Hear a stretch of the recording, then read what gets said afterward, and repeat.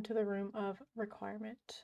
Today I'm going to be doing part 2 of 4 of the Inner Temple series entitled Why Spiritual Foundation Feels Boring. So let's go ahead and dive right in. When you first walk through a sacred doorway, there is awe and there is space. There is silence and there is the feeling of attainment. But after the awe fades, you notice something else. The floor is unfinished, the walls echo, the structure is not yet reinforced, and this is where many leave.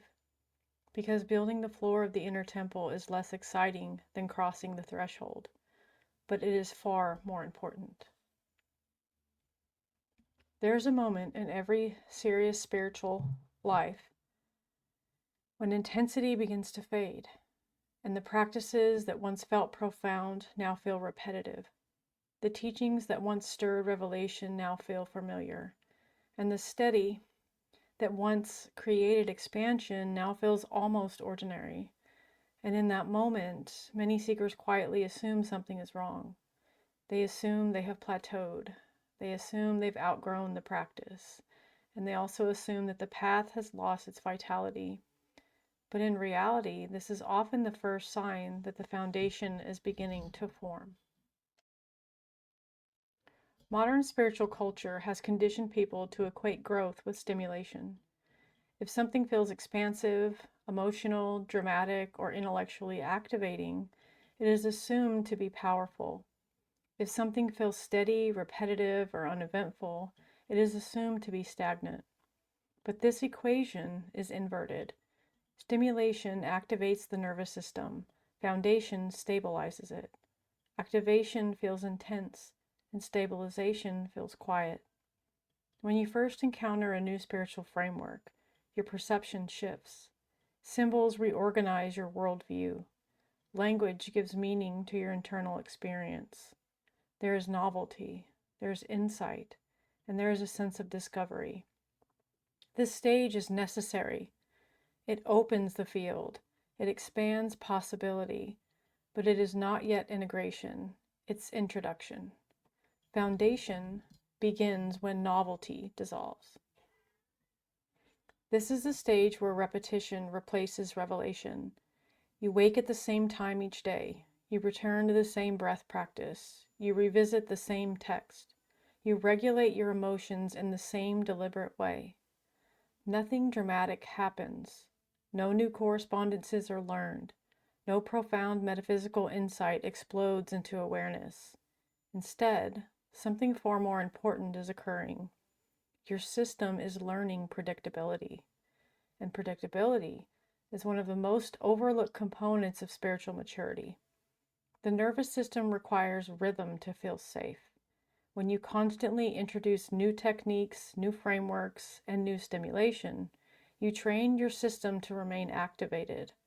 When you repeat the same foundational practices, you train your system to settle. Settling doesn't feel exciting. It feels ordinary, but ordinariness is where stability forms. The ego resists ordinariness. The ego prefers intensity because intensity reinforces identity. And when something feels powerful, you feel significant. When something feels repetitive, you feel ordinary. And foundation strips away the performance of spiritual identity. It removes spectacle. It asks you to show up without the reward of novelty. This is why foundation feels boring. Boredom, in this context, is not a sign of irrelevance. It is a sign that stimulation has decreased. When stimulation decreases, deeper consolidation becomes possible. The mind stops chasing and the body stops bracing. The emotional field stops anticipating the next expansion. Instead, everything begins to organize around rhythm. Rhythm builds weight. Weight builds durability. And durability allows you to withstand intensity without destabilization. Many seekers abandon practices precisely when it begins to produce weight. They interpret the loss of novelty as stagnation and search for something new. In doing so, they reset the nervous system back into activation. They repeat the cycle of discovery without ever consolidating depth. If you examine initiatory systems through history, you will notice that repetition is not optional. Chants were recited daily. Ritual structures were preserved with precision. Texts were memorized rather than skimmed. Students remained with a single symbolic system for years. This was not rigidity. It was architectural training. Foundation is architectural. It doesn't aim to inspire you. It aims to support you. The question is not whether a practice continues to excite you. The question is whether it continues to stabilize you. Stabilization is subtle. It shows up as a reduced reactivity, as less emotional volatility, and as greater clarity under pressure, as a quieter internal narrative.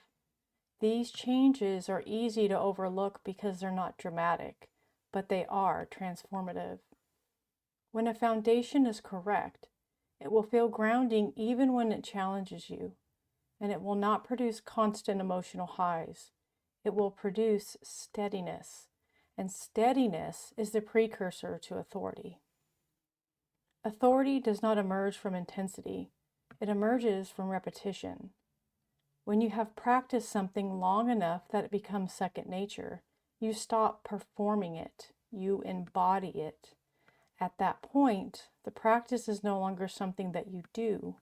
It's something that you are.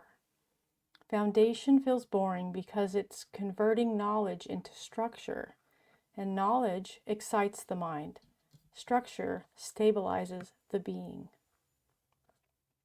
There is also humility embedded in the stage. When revelation fades, you are left with discipline. Discipline reveals impatience, and it reveals subtle avoidance. It reveals the part of you that wants to constantly expand without consolidation. If you can stay through this stage, if you can remain when intensity drops, something profound begins to harden within you. Not rigidity, but reliability. Reliability makes you difficult to destabilize. And a person who is difficult to destabilize can safely hold deeper awareness. If you find yourself questioning your path because it feels ordinary, pause. Ask whether you are truly misaligned or whether you're simply encountering the stage where depth replaces stimulation. The ego thrives on variation, and the soul thrives on coherence. Foundation is good precisely because it's unspectacular. It removes distraction, it removes excess stimulation, and it reduces the need for constant proof. It allows your structure to form quietly beneath the surface. And when foundation becomes lived rather than performed, the path becomes less dramatic but far more powerful. And this is where real integration begins. Inside the inner temple, foundation is not optional. The floor must hold you. The walls must bear weight. The structure must support presence. Crossing the threshold may grant access, but only repetition and discipline make the space inhabitable. Without foundation, even sacred architecture collapses under intensity.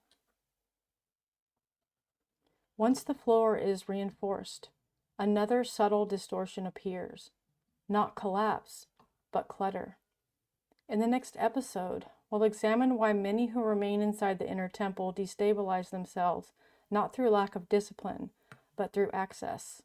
Too many rooms, too many systems, too many voices, and how simplification becomes the doorway to real authority. That's all I have for you guys today. Thank you for sticking around, and I will see you guys on the next one, part 3.